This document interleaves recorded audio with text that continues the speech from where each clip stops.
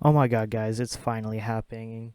We are getting all of the news about Overwatch 2. Now, normally I just do streams and on launch streams, and that's sort of just what I do because I have a job and I don't have time for editing. But I had a free day today, and I just finished watching the Overwatch launch announcement event, and I just want to talk about Overwatch, so I'm going to make this video and basically go over what they had gone through basically in that launch video because it was a bit weird. They hopped back and forth between things. There were like two different segments for maps. Sure, they were like labeled differently, but they were basically two sections for maps. So I'm just going to condense all that information into a smaller segment that hopefully will be better, easier to digest. Now I'm going to work through all the information, sort of least exciting to most exciting in my opinion, and then at the end of the video I will tell you how to get into the beta because they didn't really explain that in the video, and I had to basically go onto the Battle.net launcher to figure out how that was going to work. So first of all, we're going to start at the new hero looks that we haven't seen. Now I'm not going to include anything that was seen before this week, because it's sort of, the last time we got information was the previous beta, and everyone knows, all the stuff from there. So the first thing we're going to look at is the new hero looks that we haven't seen anywhere else. So the first one is Soldier. Now, we don't really get a good view of him. His back is sort of turned. There's some better looking, some action shots, but like it's pretty blurry. So this is really the only picture I have. He has a bit more realistic looking leather. Don't mind the gun clipping through his shoulders. He looks, he looks a bit tougher. The next one is Orisa. So you can see her like with her colors in the trailer for like the initial trailer that was shown at the Xbox Bethesda showcase. Now that one there is in an action shot, so again it's hard to see, but I've tried to show it here. You can see that she has a bit more details on her, pulling away from the OR-15s that we saw in the attack of Nimbani, and going more towards something customized. There's a better look in this image here, but she's in her alt at that point, so she's all gold, so you can't really tell the colors, but the details and the design is, you can see it clearer here. And that leaves us with our last one that I could see, which is Hog. Now, Hog got a few color redesigns, but his biggest redesign is now that he has a mohawk on top of his head, which I think is really cool. Now, getting on to new heroes, other than Sojourn, who everyone has seen and played since the beta, our next character is going to be Junker Queen, which is really cool because we've been wanting her as a character pretty much ever since Junkertown was released. Now, her abilities, while shown off in the video, were sort of explained, but sort of not explained, and I'll tell you what I mean. So her primary weapon is a shotgun. It looks to be more centered than Roadhog's, so while Roadhog's has a bigger spread to it, and you can either send it a little bit forward before it spreads, or it just spreads, hers seems to be more of like a Reaper shotgun, where it's sort of just in an area, and it just has one firing mode, basically. Her first ability looked to be an axe. They didn't really explain the first ability, which I thought was weird. They went over an axe, but they didn't really say what it did. It looks like a bigger melee than what she would normally have with just her normal melee. And I believe that this induces wound, which is a new effect. It's basically anti, so pretty much an anti-nade from Ana. It stops or limits healing. I'm not sure about which one it is yet because they said both things throughout the 42 minutes. So it basically just affects the healing capabilities of the supports. And that would be her axe. Her second ability is also her melee ability. So she has this knife. When you melee someone, it induces the wound effect, and also you can throw out the knife, and sort of like Hog's hook, you can pull an enemy in, which is weird because I thought they said they weren't going to duplicate abilities, and this is basically Roadhog's hook, but just as a knife, like a magnetized knife. But I mean, we'll see how it goes. I mean, obviously this character is pretty much going to be just a more powerful version of Hog, that instead of healing herself, she will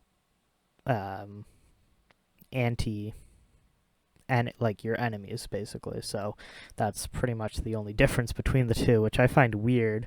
I mean, they are both from the Outlands, but or Outback, but I don't know why their kit is quite similar.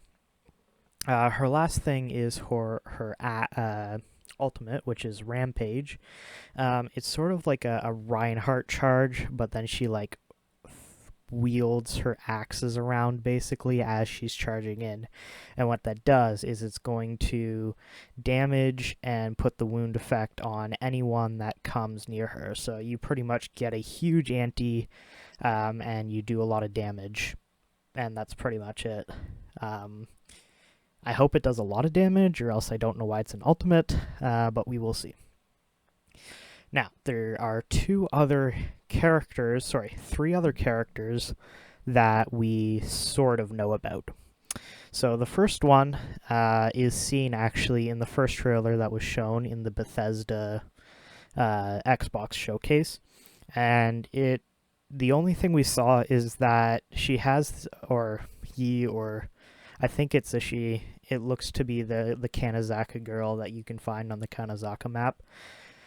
But the ability that we saw is it looks like she threw a pathway forward, and a little fox ran down it, and then you can see the characters behind, and they're getting like a speed boost with this path. Now, if they like implement this correctly, I think this will be so cool, because what it has to do is it basically has to take the terrain and map out a path in that terrain, which is going to be really cool. Really cool. The other characters that are confirmed, we know nothing about. So in the trailer, they were talking about how they have 2 more supports and a tank lined up.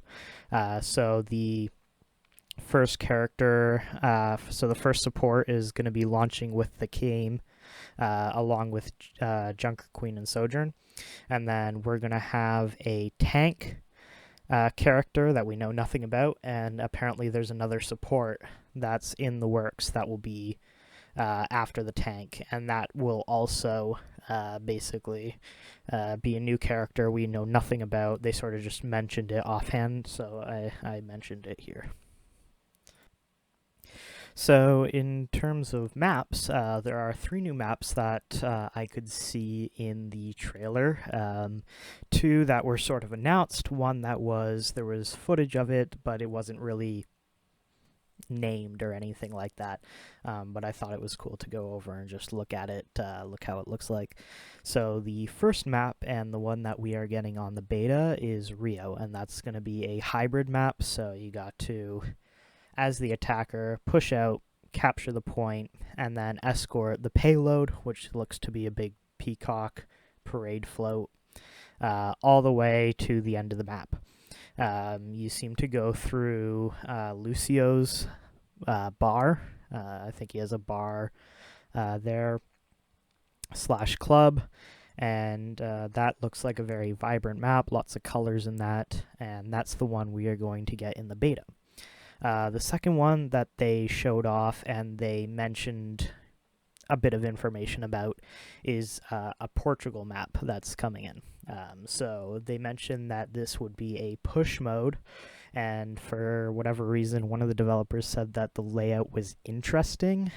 So, I mean, if Rome wasn't interesting enough with the fact that you go sort of under the pathway, back around, and then, into where your final destination is, I'm not exactly sure how much more complicated you can get, but I guess we'll see when the game releases. We'll see where that goes. Now, the last map that I don't think they mentioned at all in the stream was a Nepal map. So it looks like they're taking the Nepal Sanctum map, and they are basically putting out a new map for it, but I think that this one is an escort just by looking at the layout. It goes through the hills and the mountains again. You can see it again in the trailer that was shown at the Xbox Games Showcase. And it looks to be like it's going to be an escort map, which is going to be pretty cool. I can't wait to see that. Obviously coming with the launch, because there were 6 maps. They said 6 maps are coming to the launch, but we will talk about that sort of as we head over to the roadmap. Now, the next thing to talk about is the monetization system. So, to no one's surprise, they're doing what every shooter game is doing at the current moment right now, which is a battle pass and a store. So you'll be able to buy probably some older skins from the store, and some new ones, some pretty cool ones as well. And then you'll have a battle pass, which will probably be for a pretty cheap price, and then they'll have a premium one, a free version, and then the extended version, which will probably be a little bit more than the premium, and it'll give you the first 25 tiers or whatever. Now, the battle pass that they showed us is probably not going to be the Season 1 battle pass, because I did notice a few things. One, they had Overwatch League skins in it, which I don't think is going to happen, just for the fact that those use a different type of currency, and they want people to grind the Overwatch League for that, as well as the fact that if they give me like a Houston Outlaws Lucio skin, and I don't care about the Houston Outlaws, there's no point in me trying to get that skin, right? So I don't think this is going to be the actual Season 1 Battle Pass, but we will see as we get closer to that date. Another thing is they showed off some more emotes. They also showed off gun charms, which is a new thing. So they showed some on McCree's gun. They have a few different designs. It's pretty much just a gun charm that like you would have in any other FPS game. They just sort of hang there. They look cool. And hopefully we'll get a lot of cool ones. Now, the final thing is the mythic skins, which I'm super excited about. So I've always said that Overwatch has had the best cosmetics. Nothing has changed my mind in that retrospect. Games like COD with their Mechagodzilla skin, and some of the skins that you can find in Apex have gotten close to it, but nothing really compares to the quality and the detail that goes into an Overwatch skin or cosmetic. So the So with the Mythic skin, what it looks like is it's a legendary skin that is customizable. So the first one that we're probably going to get at the tier 100 for the first season is a Genji skin. And as you can see here, it's sort of like a cyberpunk demon skin. But the cool thing about it is you can change the color of it, and it looks like you can change the holographic tattoos that he sort of seems to have going around the body. You can change the shape of those, which is really cool, and I am super excited to see more of these types of skins in the future, as that's like really cool, and it'll be really cool to see what kind of stuff the Overwatch team comes up with. And finally, we did get a tiny bit of Overwatch PvE information. Now, it sounds like they will be sort of giving us a big haul whenever they start to bring out the PvE, and then they will sort of release them seasonal missions seasonally. Each season will go for 9 weeks, they said, so that's about 3 months. Thank God. I was hoping, obviously, they learned from Halo and trying to make them longer. That just doesn't work. So 3 months will be one season. And then at the end, or at the beginning of each season, with a new map or new hero, we will also get a PvE mission. This will tie into, obviously, everything that was said in the PvE stream that was done forever ago. I'll link it in the description if you forget what they said. But we did get a bit more, basically, some more gameplay of it. There were some more shots in Torbjorn's basically factory. There was some more shots in Lucio's sprinkled around the live stream, and then there was also they showed off a bit more of that blizzard, and there was also a subway that they showed off that wasn't shown off at the original PvE live stream.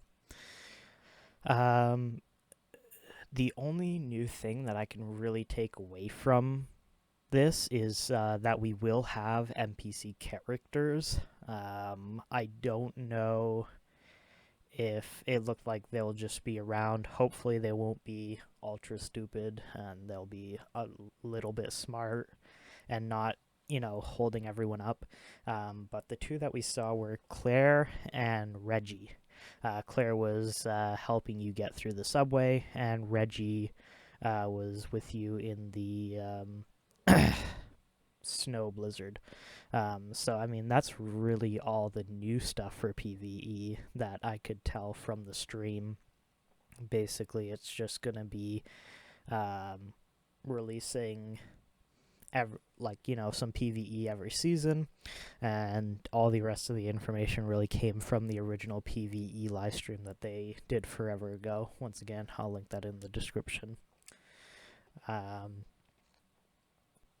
They also mentioned competitive changes, nothing major, just like really quick things. One, it seems like they're moving into more of an Apex style where each tier will have multiple sub-tiers, so Silver 1, Silver 2, Silver 3, whether they go up and down, that's up to them. And then also there's a really cool thing where you can see your stats for your previous games. They'll probably say, payload time, aiming, damage blocked, that sort of stuff. So I mean, it's cool to see that they're trying to revamp competitive for the new game. So the final two things are the roadmap and then the beta, which they really didn't explain. I did some digging for that, but we'll talk about the roadmap first. They did show us a roadmap starting in October 4th when the game does release. So on release, we're going to get 3 new heroes: Sojourn, Junker Queen, and the Kanazaka Fox Girl I think that's what people are calling her for now. We're going to get 6 new maps.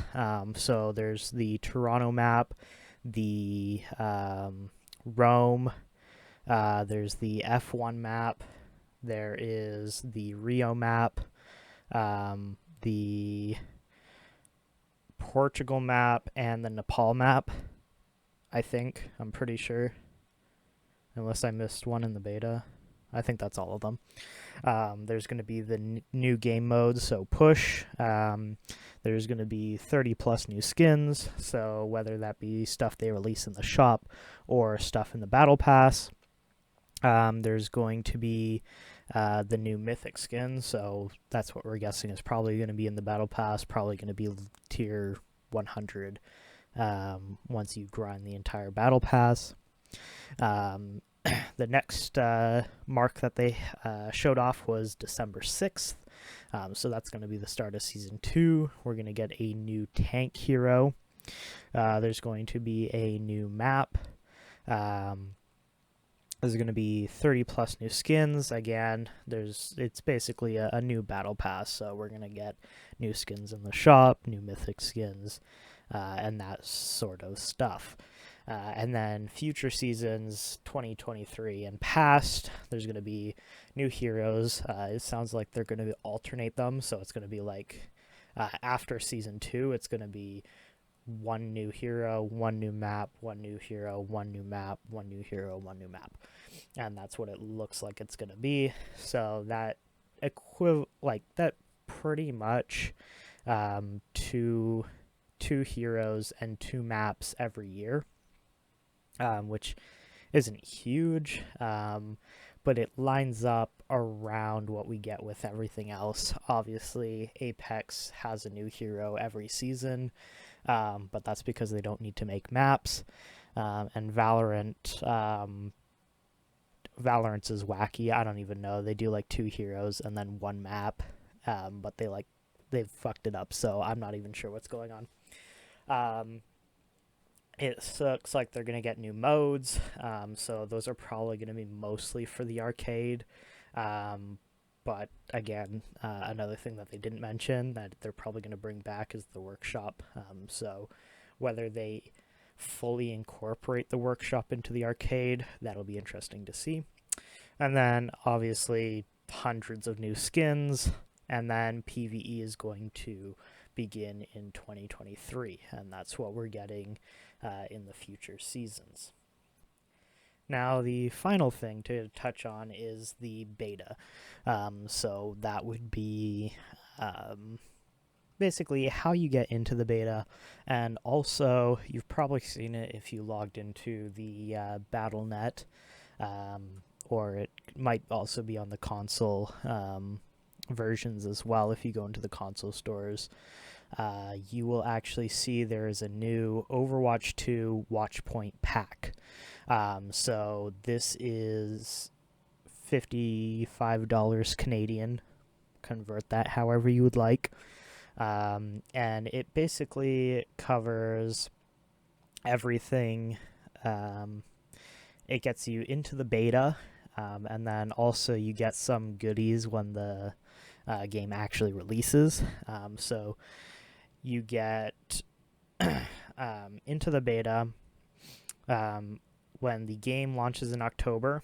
You get the Season 1 Battle Pass.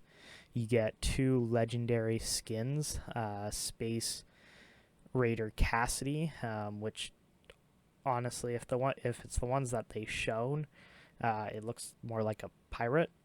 So maybe they're space pirates. So you get like a space pirate skin for both Cassidy and Soldier 76.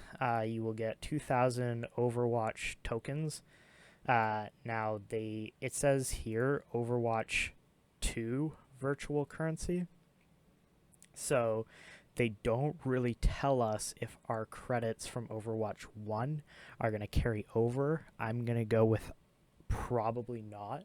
So if you do have extra tokens, spend them before October 4th, because I don't think, just because it says here Overwatch 2 virtual currency, I don't think it's going to carry over. I don't think the Overwatch 1 is going to carry over. And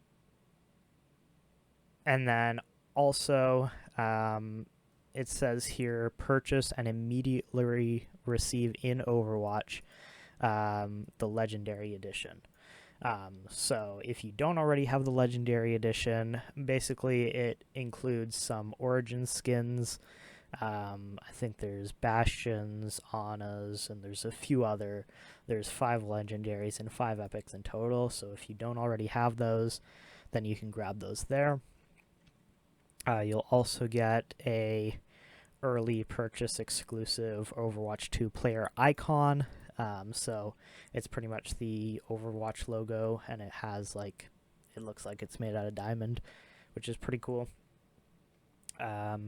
But yeah, and this is, I believe, how you get into the beta. Now, if there's going to be a free way to get in the beta, they haven't announced that yet. This seems to be the only way to get into the beta for now. They might do a Twitch drop thing like they did with the first beta. But for now, it seems that the only way to get into the second Overwatch 2 beta is to buy your way into it, which I guess makes sense. Blizzard wants to see how much money they can rack up. But yeah, anyway, that is it. That is all the information that we have on Overwatch 2 from the live stream and the release event that was shown this week. I don't really do these videos often, almost non-existently. I just stick to playing the games and live streaming them. Again, it's just I had a day off and I watched this and I really wanted to make a video about it because honestly right now I rather just talk about Overwatch 2 than play Overwatch 1. So yeah, I mean that's it, and I hope you guys have a good one. I am so hyped for Overwatch 2. Oh my god.